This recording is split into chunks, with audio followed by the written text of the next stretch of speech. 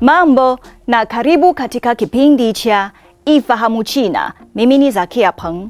Jiko la hisani lililoko ndani ya hospitali katika wilaya ya Fengtai mjini Beijing limekuwa mwanga wa matumaini kwa wagonjwa wa leukemia na familia zao, likitoa joto linalohitajika sana katikati ya msimu wa baridi na kutoa huduma na msaada kwa wale wanaopitia wakati mgumu zaidi. Jiko hilo limekuwa kama kituo cha kijamii kwa wale wanafamilia wanaopitia majaribu na masumbuko ya kuwaona wapendwa wao wakipambana na saratani. Hapa mchele, unga na mafuta ya kupikia yanatolewa bure kwa wote, na kifungua kinywa cha moto kinatolewa kila asubuhi bila malipo. Katika wakati wa shughuli nyingi hapo, zaidi ya watu 100 wanakusanyika jikoni kupika kwa pamoja. Katikati ya sauti za majiko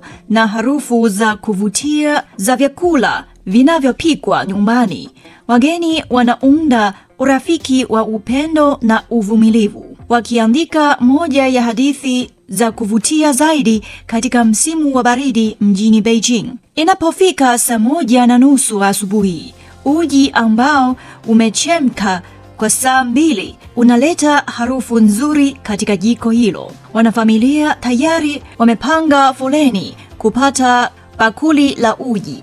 Huduma hii ya bure ya kifungua kinywa imekuwepo hapo kwa miaka 3 iliyopita na kutoa mwanzo mzuri wa siku kwa wageni. Jiko hilo la hisani lilianzishwa na Qi Liguang, ambaye mtoto wake wa kiume aligunduliwa kuwa na saratani ya damu miaka 11 iliyopita, na familia kusafiri kwenda Beijing kwa matibabu. Aligundua kuwa wakati wa siku ngumu zaidi, hata kuandaa chakula rahisi inaweza kuwa chanzo kikubwa cha wasiwasi. Baada ya mtoto wake kupona, Qi aliamua kubaki Beijing na pamoja na familia nyingine kadhaa kuanzisha jiko la hisani. Kwa kutoa baraka kwa mradi huo, hospitali ilitoa eneo la wazi kwa Qi kuendesha jiko hilo na kuondoa ada ya matumizi.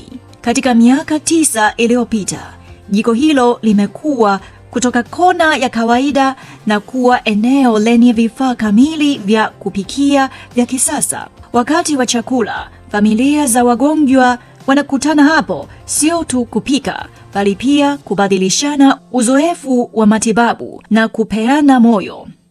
Haya, kwa leo kipindi hiki kinaishia hapa. Katika kipindi kijacho nitaendelea kukuletea mambo mengine yanayovutia kuhusu utamaduni na jamii ya China. Asante kwa kuwa nami. Mimi ni Zakia Peng. Kwa heri. Kwa taarifa zaidi kuhusu China, unaweza kutembelea tovuti ya CRI Kiswahili na marafiki_CN kwenye Facebook. Pia unaweza kupakua app ya Cheche kwenye Google Play na Palm Store.